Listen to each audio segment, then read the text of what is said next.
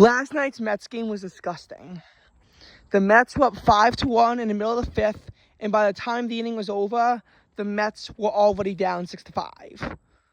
And even though they made a comeback in the top of the ninth, it was negated by a walk-off in the bottom of the ninth, similar-ish to the Royals game. There's a lot that I could whine about, and believe me, if my Screencastify worked properly, I would be doing a full breakdown of this, but it's not, so I'm going to save my full rant for after the series is over. But in July, one positive that I have noticed is that, yeah, the Mets still kind of suck at holding on to leads, but at least they can come back now. Before, for the longest while, it always felt like if you had buried the Mets early, they were going to lose. June was not a good month for the Mets, and they really didn't make that many comebacks in the month of June. You had, your most significant one was probably 4-2 after 7 against the Nationals, and there wasn't really anything else that was a comeback that was that impressive. July, meanwhile, July has been different for the Mets.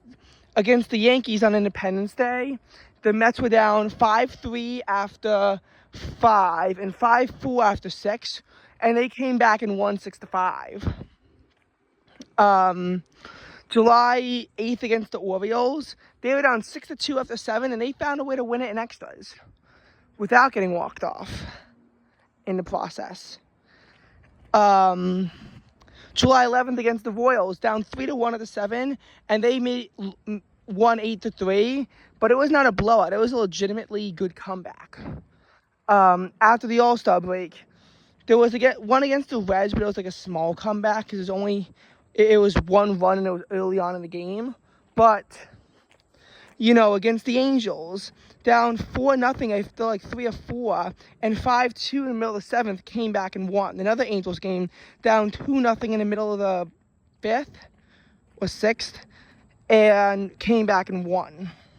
Against the Giants, down 1-0 after 5, came back and won. Down 3-2 after 6 and came back and won.